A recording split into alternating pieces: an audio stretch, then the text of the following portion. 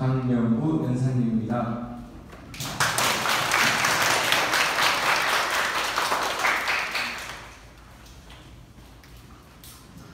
안녕하세요. 저는 강명구고요. 소개해준 대로 세상의 변화, 요즘 그거를 이제 한마디로 4차 산업혁명 얘기를 많이 하는데, 어쨌든 우리가 살아가야 될 미래의 모습을 일컫는 단어겠죠. 이 4차 산업혁명의 개념이 뭐고 어떤 일이 벌어지고 있고, 그리고 이 4차 산업혁명 시대에는 어떤 기술과, 예를 들면 스마트홈, 스마트팩토리, 스마트시티 만만하는데 그런 거에 대한 개념들을 좀 알려주기 위해서 책도 썼고 강연도 뭐 이런 거 포함해가지고 뭐 100여 차례 이상 다니고 있는 강명구라고 합니다.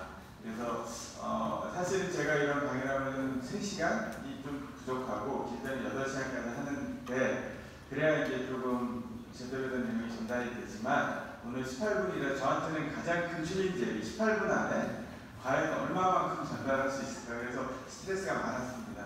그래서 어떻게 보면 큰 방향만 전달이 될 것 같긴 한데, 나중에 기회가 된다면 여러분들이 좀 그 안에 들어가 있는 깊이 있는 내용하고 기술까지도 알 수 있으면 너무 도움이 될 텐데 아쉬운 부분이 있습니다. 제목은 4차 산업혁명 시대 변화에 대해서는 오늘 주로 다룰 것 같아요. 여러분들 주제 저는 너무 좋은 것 같아요. 세상을 성공적으로 사는 거, 그 힘은 결국 making alteration, 그러니까 변화를 만드는 거다. 물론 변화를 만들면 힘이 좋죠. 근데 그렇게 만들 수 있는 힘이 있는 사람은 그렇게 많지는 않은데, 최소한 어떻게 변화가 되고 있는지, 세상이 어떻게 바뀌는지는 알아야 되잖아요. 여러분이 사시는데. 그리고 그 변화에 맞춰서 나에게 맞는 최적의 삶을 바꿔가는 거, 그래야 세상을 성공할 텐데, 그런 측면에서 요즘 이제 4차 산업혁명 시대다. 근데 도대체 뭐가 4차 산업혁명이냐 아시나요? 전문가분들한테 제가 질문을 드려도 아시는 분 별로 없어요. 말로는 많이 해요. 그리고 뭐 어떤 분들은 인공지능, 블록체인, 뭐 사물인터넷 이런 게 들어가면 4차 산업혁명이냐? 사실 기술로 산업혁명을 얘기하면 말이 안 되거든요. 한 60년 이상 됐어요, 인공지능도.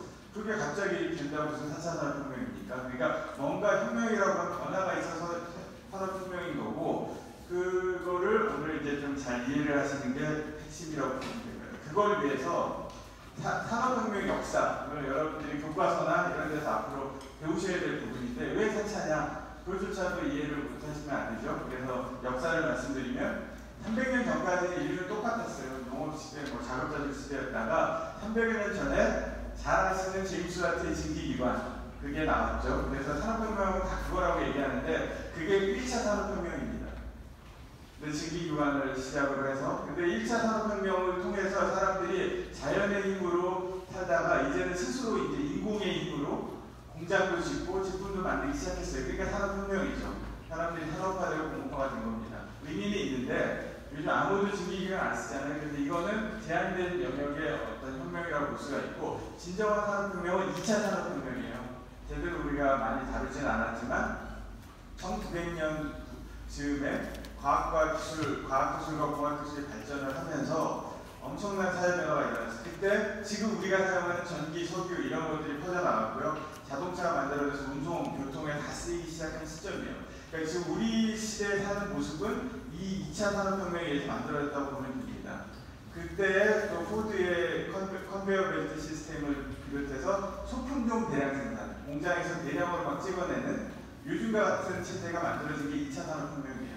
그래서 지금이 2차 산업혁명 시대라고 보는 학자도 있어요. 근데 많은 사람들이 3차 산업혁명이 지났다고 또 얘기를 하는데, 3차 산업혁명 우리가 살았던 시대에 컴퓨터, 인터넷, 모바일이 순차적으로 발명이 됐고, 그게 세계를 하나로 묶었고, 그래서 많은 변화를 일으켰다. 그래서 이걸 3차 산업혁명이라고 얘기하는데, 엄밀히 말해서 그것도 기술로 분류하는 거라 패러다임이 바뀌었냐, 그러니까 예를 들어 소품종 대량 생산의 획일화된 체제, 이 체제가 바뀌었냐, 안 바뀌었기 때문에, 결국 기술만 바뀌었기 때문에 이건 없다라고 믿는 사람도 있는 거죠.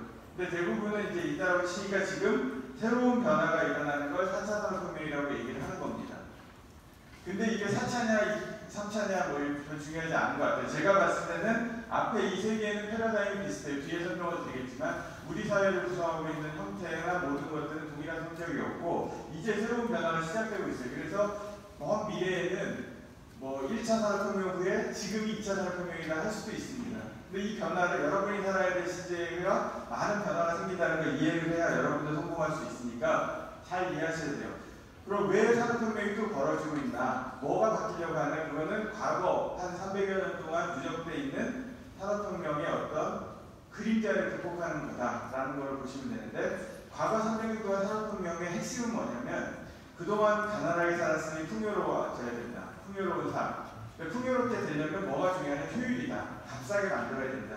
이런 패러다임이 처음으로 인류에 들어온 거예요. 300년 전까지는 뭐 자급자족으로 살다가, 그러니까 이런 산업혁명 패러다임의 핵심이라고 치면 소품종 대량 생산인데, 이게 지금 포드의 컨베이어 벨트 시스템인데 막 흘러가면서 분업으로 대량으로 만들어서 같은 제품의 종류의 제품을, 이런 게 처음으로 들어온 거죠. 지금도 별다를 바는 없어요. 약간의 종류는 많아졌다 해도 계속 이런 체제가 또 유지되고 있어요. 이게 뭐가 문제인가요? 결국은 전 세계가 비슷하게 살아가요. 아프리카에 있는 청소년 친구들이 여러분이나 입는 거 쓰는 거 비슷해졌어요. 왜냐하면 제품과 서비스 흡일화되니까. 그래야 가장 효율적이고 싸다. 점점 이게 누적되니까 아이덴티티에 대한 문제들이 좀 나오죠. 여러분들은 여러분 스스로의 가치를 인정받고 싶은데, 인류는 다 그런데, 그러니까 이런 목소리들이 최근 10여 년 동안 분출이 되고 있다. 이거가 그림자다. 풍요로운 건 좋은데 나에게 맞는 제품이나 서비스가 없는 건 문제다. 또 하나는 이것보다 더 내재화된 거는 사실 이 피라미드예요. 이 스카이캐슬을 보시면서 많이 보셨을 텐데, 이 우리 사회는 피라미드다. 이 피라미드가 공고가 된 게 산업혁명 300여 년 동안 공고가 됐어요. 왜냐하면 피라미드만큼 효율적인 시스템이 없어요. 사회 시스템이. 소수가 모든 걸 결정하고 나머지는 따라가는, 그래야 효율적으로 일사불란하죠. 이게 1984 소설에 나오는 인구 분포도인데, 빅브라더하고 2%의 내부 자원이 전체를 지배를 하고 98%, 99%는 따라가는 구조예요. 이게 디스토피아를 그렸다라고 하지만 실제로는 산업혁명의 모습을 그린 겁니다. 요즘의 산업혁명이 다 그래요. 왜냐하면 여러분들의 어떤 먹고 쓰는 걸 누가 결정하냐? 솔직히 말해서 대기업 상품기획팀이 1년 전에 결정한 거를 시장에 나온 거 여러분 골라 쓰잖아요. 그러니까 여러분이 결정하는 거 없어요. 뭐가 만들고 좋다고 해서 맞춤으로 쓰는 사람 별로 없고, 정부가 결정한 정책에 여러분들 쓰는 거고, 예를 들면은 소위 말하는 플랫폼, 그러니까 모두가 플랫폼 얘기하는데, 플랫폼의 중심에 있는 존재들이 모두 걸 결정해요. 피라미드 꼭대기에서. 플랫폼은 이해를 하셔야 되는데, 말만 하는 게 아니라 플랫폼은 어떤 공간에 사람들이 모여가지고 거기서 먹고 산다, 뭐 이러면 플랫폼이 되는 거예요. 정의상으로 보면, 예를 들면 기차역을 플랫폼이라고 하잖아요. 그러니까 기차역을 서울역, 수원역 뭐 이런 기차역들이 있는데, 정해진 곳에서 기차가 항상 서 약속대로, 그러면 거기서 사람들이 타고 내리고 갈아타고, 그 다음에 사람들이 모이니까 식당들 막 이런 게 생기죠, 주변에. 그런 거를 생태계라고 그래요, 유식한 말로. 이코시스템 영어로는. 그러니까 어떤 정해진 약속된 공간이 있으면 거기 주변으로 생태계가 형성된 플랫폼이에요. 그러니까 정치, 경제, 사회, 문화 모든 면에 다 플랫폼이 있을 수 있는데, 특히 산업 쪽에서 보면, 예를 들면 구글의 안드로이드는 플랫폼이에요. 안드로이드 OS 여러분 갖고 계시는 스마트폰 OS잖아요. 그 안드로이드 OS가 왜 플랫폼이냐? 구글이 안드로이드 OS를 매년 버전을 이렇게 새로운 걸 내놓는데, 구글이 그걸 내놓으면 그걸 기다려서 삼성이나 화웨이나 LG 같은 스마트폰 업체들은 그 최신 OS를 얹어요. 그래서 항상 스펙 보면은 안드로이드 5.0, 6.0, 4.0 이런 거 쓰잖아요. 그러니까 항상 하드웨어 업체들은 구글의 눈치를 보면서 거기에 장사를 하죠. 앱 개발자, 여러분 좋아하는 게임이나 이런 데들 다 구글의 안드로이드 OS가 바뀌면은 자기가 등장을 해야 되니까 구글의 눈치를 봐야 돼요. 통신사들도 SK텔레콤, 버라이즌 이런 데들도 다 구글의 OS에 맞춰서 자기가 해야 돼요. 그러니까 구글은 너무 중앙에서 자기가 안드로이드 OS를 컨트롤 하면서 주변의 생태계, 아까 말씀드린 전체 먹고 사는 이런 생태계들을 다 컨트롤을 하고 있어요. 피라미드 꼭대기에서. 안드로이드 OS의 미래는 구글만 결정하기 때문에 생사 역할권이 다 구글한테 있죠. 그러니까 어떻게 되냐면, 이런 게 지금 지나간 산업혁명 동안 공부가 된 건데, 구글의 실적은 왼쪽인데 다 계속 성장하죠. 근데 구글만이 아니라 플랫폼 중심에 있는 페이스북, 우버 뭐 이런 업체들은 다 이렇게 성장을 했어요. 이렇게 지속적으로 성장하는 사업은 세상에 없어요. 독과점 아니면. 근데 옆에는 삼성전자인데, 삼성전자도 왔다 갔다, 잘하는 회사지만 왔다 갔다 했고, LG 같으면 밑에 적자에서 왔다 갔다 했을 거고, 동일하게 같은 생태계인데 중심에 있는 구글이 이렇게 잘 되는데, 그 밑에 있는 삼성이나 LG나 이런 데는 왜 허덕이냐? 그게 바로 피라미드 속성이죠. 꼭대기에 있지 않으면 정보도 없고 미래를 좌지우지할 수가 없어요. 그러니까 허덕여요. 그러니까 양극화가 생기는 거고, 점점 피라미드 꼭대기에 있는 업체들이 그러면 계속해서 자기의 권력이 자기한테 있도록 노력을 할 거예요. 구글이 그걸 유지하는 여러 가지 방법이 있는 거고, 그러면서 이익을 이렇게 독점하니까 구글이나 페이스북 이런 업체들은 이걸 나눠주고 싶겠어요? 아니니까 자기가 폐쇄적으로 계속 운영을 합니다. 그러니까 정보가 폐쇄적으로 소수에게 집중되는 피라미드가 강화되고 있습니다.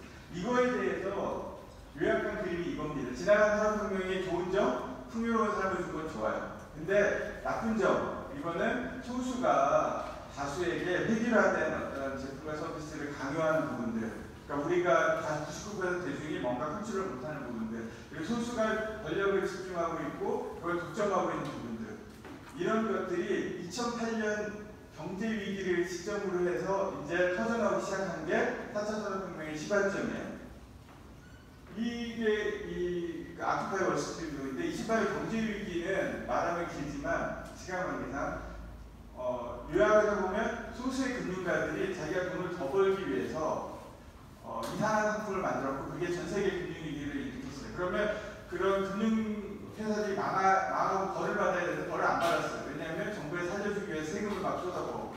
그러니까 결국은 소수의 1%의 사람들이 돈 벌기 위해서 이상한 일을 했는데 99%가 돈으로 메꿔준 거예요. 결론적으로. 이걸 보고 일어난 시위가 아크파이 월스트리트 운동이에요. 여러분 나이 때 혹은 약간의 형류자들이 뉴욕에서 2012년도에 월가를 없애야 된다. 1%가 독점해서 이 문제가 생겼다라고 한 거예요. 이 시위 이거 보시면 1% 우리가 그동안 잠들어 있었다. 이게 산업혁명 기간 때 잠들어 있었다는 얘기죠. 그런데 깨어났다. 무슨 뜻이냐면 99%한테 이제 권력을 나눠주고 불투명하게 폐쇄적으로 독점하지 말아라라는 깨어난 외침이에요. 여러분들이 살아갈 때 미래의 시대에는 이런 외침들이 커지는, 이 젊은 세대들의 외침이 커지는 거죠. 이 운동의 여파 혹은 저기로 기술이 또 발전을 하기 시작했어요. 그동안 피라미드 꼭대기에 있는 업체들은 내가 없으면 세상이 돌아가지 않아. 내가 다 관장을 하기 때문에 이 세상이 움직이는 건데 내가 빠지면 어떻게 할 거야? 99% 너네가 할게 뭐 이렇게 얘기했는데 그 사람들이 빠져도 되는 기술, 소위 말하는 블록체인, 인공지능, 사물인터넷 같은 기술들이 결합이 되면서 중앙에서 관리자가 없어도 된다라는 게 커지기 시작했어요. 그러니까 이거는 새로운 대중이 원하고 99%의 니즈를 만족시켜달라는 대중의 원함이 있고 기술도 나왔으니 그러면 여러분 나이 같은 실제로 실리콘밸리에서는 고등학생, 대학생 난리가 아니게 이런 뉴스에 대해서 관심을 갖고 노력을 하고 새로운 회사를 만들고 있어요. 2015년에 기점으로 수천 개의 회사들이 생겨가면서 기존의 페이스북, 구글, 우버 같은 전통적인 그런 피라미드의 꼭대기에 있는 회사들이 도전하는 사업 모델들이 생겨나고 있고 이거는 300년의 어떤 산업혁명의 패러다임하고 반대다라고 해서 이거를 4차 산업혁명이다라고 지칭하는 겁니다. 큰 그림에서. 블록체인은 지나간 30년의 인터넷 시대, 미래 30년은 블록체인 시대라서 여러분 블록체인에 굉장히 익숙해져야 돼요. 블록체인이 방금 말씀드린 그 변화의 핵심입니다. 블록체인 기술이. 이것도 2008년 경제 위기를 보면서 소수의 금융가들의 어떤 피라미드 구조를 없애려고 나온 기술이에요. 기술의 핵심은 지금 있는 모든 사회 시스템 이런 구조예요. 중앙에서 권력을 가진 존재가 나한테 정보를 주면 내가 서비스를 줄게. 예를 들어 정부도 그렇고 은행도 그렇고 구글 같은 회사들도 그렇고 나한테 정보만 줘. 너네는 그냥 바보같이 옆에서 있으면 돼. 생각할 필요 없이. 이런 식의 구조, 가운데 근거를 강하게 두고 이거를 이렇게 바꾸자는 게 블록체인이에요. 뭐가 달라졌나요? 중앙이 없어요. 그래서 이걸 탈중앙이라고 해요. 탈중앙. 여러분들 상식적으로 알아야 굉장히 중요한 용어인데 디센트럴라이제이션 영어로. 그래서 D라는 단어가 여러분 미래에 굉장히 중요한 단어예요. 누군가의 중앙에서 나를 컨트롤하는 이런 게 없이 참여하는 사람들끼리만 관리를 하자. 이렇게 만들어 놓은 기술이 블록체인입니다. 이게 소위 말하는 분산 컴퓨팅인데 과거에 없었던 건 아닌데 왜 블록체인이 성공했냐면 이걸 해결했어요. 신뢰 문제. 예를 들면은 뭐 가운데 있는 이 사람이 은행이 뭐 해준다 그러면 얘만 믿으면 모든 게 다 해결되지만 여기는 그런 관리해준 사람 없이 서로 관리한다면 누굴 믿냐? 이 사람들이 사기치는 거 어떻게 막을 거냐라고 했을 때 블록체인과 사토시는 모두가 나눠봤자 모두가 근거를 나눠갖고 이 안에서 벌어지는 기록은 모두가 다 기록하자. 소수가 만약에 이거를 바꾸고 싶으면 민주적 동의 절차예요. 51% 기록하고 맞으면 바꿀 수 있어요. 근데 적을 때야 뭐 3명 해킹하면 되지만 이게 100명이면은 50명 해킹해야 되고 1000명이면 500명 해킹해야 되거든요. 그러니까 어느 이상 네트워크가 커지면 해치면 해킹은 불가능하다라고 결론을 내린 거죠. 현재 10여 년 되면서 블록체인은 이제 해킹이 불가능한 정도 수가 커졌어요. 그래서 블록체인상은 문서 위배조가 불가능하게 만들고 신뢰를 할 필요가 없이 옆 사람이 속일 거라는 거를 걱정할 필요 없게 만들어진 게 블록체인이 됐어요. 그러니까 누가 중간에 관리 안 하더라도 믿고 서로서로 거래할 수 있는 체계를 만드는 게 핵심이고, 또 이거를 누군가가 금고를 만들어서 막 나눠주려고 하면 그 사람이 또 권력을 가지니까 아무나 금고를 만들 수 있도록 해준 게 또 블록체인의 핵심인데, 그럴 때는 자발적으로 참여를 해야 되는 건데, 그러기 위해서 암호화폐라는 인센티브를 준 겁니다. 누가 참여를 하면 암호화폐를 주게. 암호화폐 때문에 블록체인을 만든 게 아닌데, 최근에는 암호화폐에 관심이 많다 보니까 자꾸 그러니까 이게 본질이 훼손되고 있어요. 엄밀히는 탈중앙이 핵심이에요. 여러분들이 기억하셔야 돼요. 탈중앙. 누군가의 피라미드 구조가 아니더라도 사회가 운영되게 하는 게 블록체인의 핵심이었고, 이게 사회 각 분야에 지금 확산되고 있어요. 근데 블록체인, 암호화폐나 이런 게 있어야 또 자발적으로 중앙에 관리자 없이 하니까 블록체인이 되는 그 암호화폐가 들어온 거라고 이해를 하시면 되겠습니다. 잘 이해가 되시겠죠? 그래서 굉장히 이게 많은 내용이 있는 거죠. 원래 이것만 가지고 한두 시간 해야 되는데 큰 개념만 말씀드린 거예요. 핵심 단어 탈중앙 하나 기억하시고, 분산 원장이라는 게 다 같이 나눠봤자, 다 같이 기억하자. 분산 원장, 민주적 동의 절차, 그 다음에 암호화폐의 원리, 아니 암호화폐가 생긴 이유, 이것만 기억하셔도 어디 가셔서 블록체인 얘기할 때 끌리지 않으실 것 같아요. 그래서 요약하면은 블록체인 4차 산업혁명을 앞서서 그 지나간 산업혁명의 문제점이 획일화, 중앙 집중, 회사적 독점, 이런 부분에 대한 모순이 누적됐다. 그리고 99%가 소외됐다고 말씀드렸는데, 그거에 대해 반해서 맞춤, 99%의 대중들에게 맞춤 제품과 서비스를 제공해야 된다라는 사회적 욕구에 대한 어떤 대응, 이런 체제, 이게 이제 핵심이고, 또 1%의 어떤 피라미드 꼭대기에 있는 존재가 모든 걸 독점하는 것에 대한 반발, 그래서 99%에게 권력이 나눠진 분권, 그 다음에 그 정보를 소수가 독점하는 게 아니라 오픈하는 거. 그래서 영어로 보면은 커스터마이제이션, 디센트럴라이제이션, 오픈니스. 여러분들이 갖고 살아야 될 키워드예요. 미래에는 그래서 지금도 신문 같은 거 보시면 그런 단어들이 간혹 튀어나와요. 띄엄띄엄. 그게 결국 99%가 요구하는 목소리에 맞춰진 사회 체계입니다. 그게 스마트홈, 스마트 팩토리, 스마트 시티, 이런 새로운 개념으로 지금 확산돼 가고 있는 거고, 여러분들이 그 중에 어느 하나에는 앞으로 직장을 앞으로 종사하게 될 텐데, 패러다임을 옛날 패러다임을 가질 거냐, 이런 새로운 변화의 패러다임을 가질 거냐에 맞춰서 아마 성공이 달라질 거고, 지금 여러분의 경쟁자인 실리콘밸리, 걱정되는 건 지나간 구글 뭐 이런 것처럼 다 현재를 지배하는 것도 실리콘밸리인데, 그거에 도전하는 새로운 사람들도 거의 실리콘밸리에서 여러분 나이대들이 지금 도전하고 있어요. 자기도 제2의 구글이 되려고. 근데 여러분들이 이 개념을 이해하고 오히려 한국에서 지금이 시작이니까 잘 나간다면 미래에 오히려 한국에서 실리콘밸리를 넘어서는 새로운 어떤 회사들이, 기존 회사들이 이기고 등장할 수 있으리라고 믿습니다. 이제 제가 18분이라서 이제 여기까지 강의를 마치고 한 가지 그냥 스마트홈 말씀드린 게 있고, 이런 구조, 결국 미래의 기술, 그러니까 현재 있는 어떤 4차 산업혁명의 형태를 맞추기 위해서는 하드웨어 디사이클, 사물 인터넷, 그게 데이터가 저장이 클라우드에 저장이 되고 인공지능을 통해 서비스가 되는 이런 구조가 다 쓰입니다. 나중에 기회가 된다면 이게 전체적으로 이런 구조로 된다는 걸 한번 공부하실 필요가 있고, 뭐 어떤 일을 하시더라도 이 구조가 된다는 거를, 그리고 나중에 혹시 기회가 된다면 또 이런 부분에 자세히 이제 토론할 시간을 가지면 좋을 것 같습니다. 네, 아주 집중해 주셔서 감사하고, 혹시 질문 있으면 받도록 하겠습니다. 질문 있으신 분들은 손을 들어 질문을